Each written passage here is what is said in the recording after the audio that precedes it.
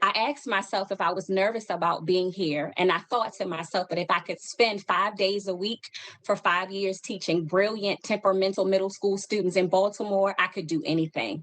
I know that you're a tough crowd, but those students made me even tougher. I want to make it clear that I am no different than most of the people you know with long COVID. But there is a distinction. I'm black living with long COVID. I'm a black woman living with long COVID. You may not be able to tell, but I am a Black disabled woman living with long COVID. And I am now a poor Black disabled woman living with long COVID.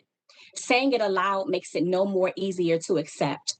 Long COVID is not just a white woman's condition, no matter the picture our media tried to paint initially. I am not alone. Before we knew long COVID existed, there were many Black women who suffered with chronic conditions that went ignored or misdiagnosed.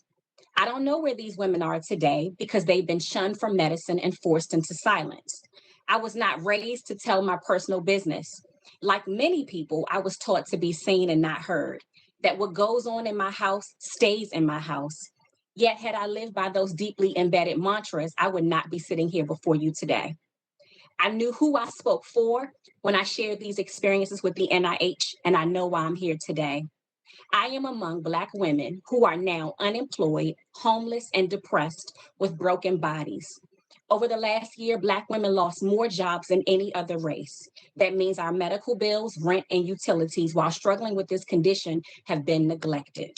If I did not have a loving family, I will be speaking to you today from my car, the only property I now own.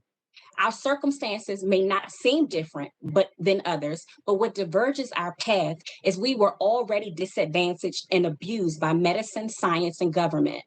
I was already poor during my childhood. I taught students in the hood who were already receiving inadequate and substandard health care. We've already been where COVID is threatening to take people with privilege, power, and status. We're not new to this. Sadly, we're true to this. We've just been waiting and hoping for compassionate doctors and politicians who would acknowledge us. Long COVID is another weight to what Black people have already been carrying. It just has another name. If you're wondering why Black people won't speak out, they fear they may end up like me. I lost my vision for 5 months because doctors ignored my dense cataract from COVID and called it a dry eye. They may end up with false negative tests, being gaslit into believing they never had COVID. Or like Leah Jones from Charlotte, North Carolina, who wrote her own obituary before dying from long COVID complications. No one wants to hear that long COVID has decimated my life or the lives of other Black women. In less than a year, it has made me forgetful, unreliable, unemployed, nervous, with severe body aches and pains. It has destroyed our brains, the most beautiful parts of us. I was an excellent teacher. Now I wouldn't trust my memory or brain function with any child right now. Would you? However, I am proud of how relentless and angry I became to save my own life. And we are in desperate need of money, sufficient disability policies and benefits, comprehensive educational and employment guidance that recognizes our condition, and accommodations that welcome us into research studies without conventional restrictions. It is imperative that we create equitable research standards and practices to capture current and innovative data that focuses on Black people with long COVID. I was recently rejected 3 times for an important NIH study. That alone is a travesty. There are currently no studies reported that specifically focus on Black people with long COVID. Also, as there is a growing evidence of the direct connection between ME and CFS and long COVID, we must reconcile that there are millions of Black people who have already disappeared from our society. We should be funding studies that find and treat ME patients. We need medical care that reflects equitable, cost-effective, safe, and timely education and treatment.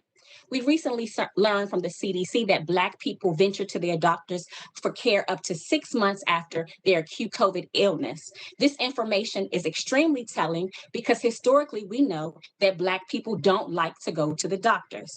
But now, spending the last year as a poor, Black, disabled woman with long COVID, I no longer need to wonder why.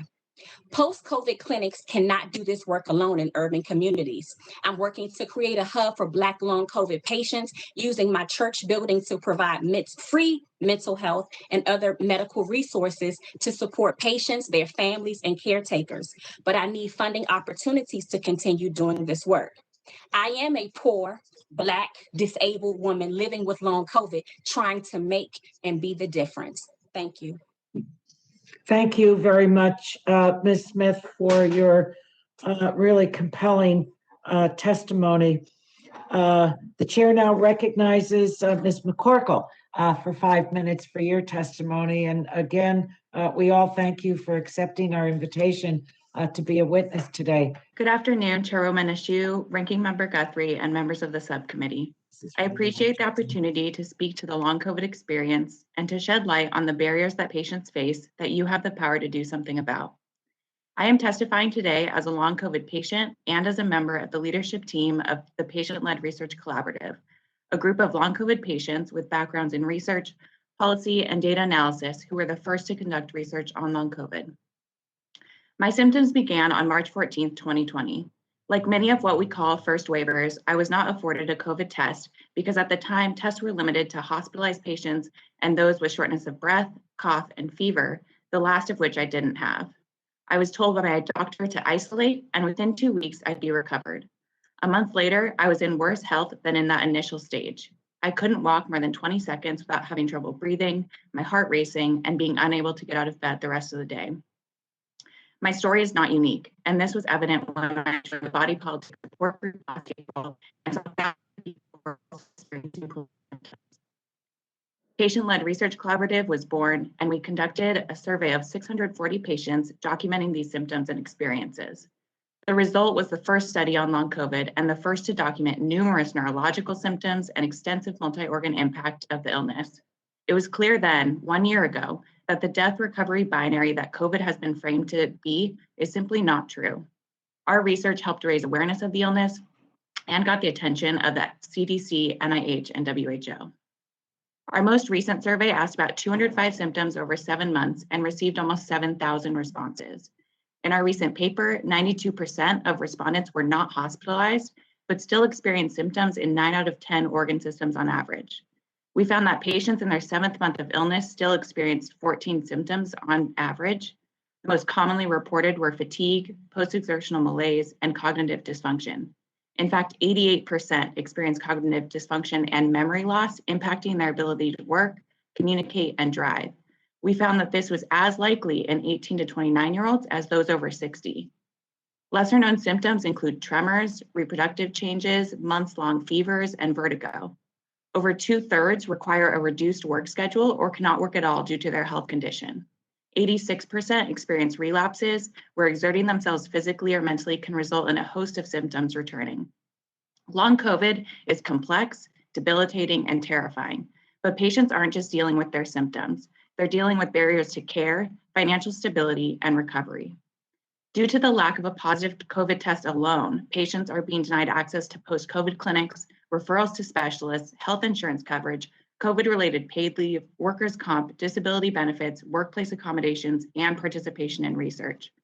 When we know that not everyone had access to COVID testing, that PCR tests have false negative rates of 20 to 40%, that antibody tests are more accurate on men and people over 40, and that multiple studies have shown that there is no difference in symptoms between those with a positive test and those without, why are we preventing people who are dealing with real symptoms from accessing what they need to survive? Even with a positive test, patients are still being denied benefits or have to wait months until they kick in. Medical bills are piling up. People are being forced to choose between providing for themselves and their family and doing what's best for their body. The toll that having inadequate paid leave, workplace protections, and benefits will take on our economic and healthcare systems over the next several decades is of a magnitude like we haven't seen before. As COVID continues, more and more people are developing long COVID.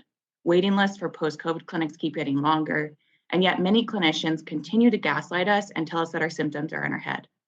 This is particularly true for people of color, women, and the LGBTQ community.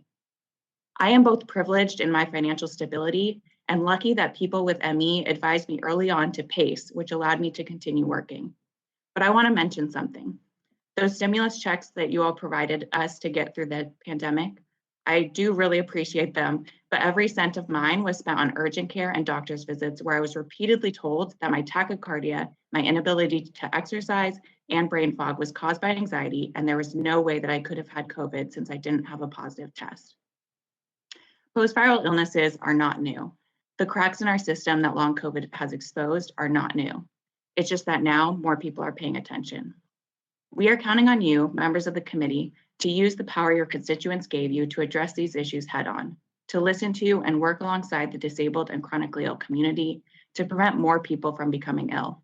I understand these are big challenges and big topics to address, but at this point, there's no other option. Thank you so much for inviting me to speak to you today, and I look forward to answering your questions.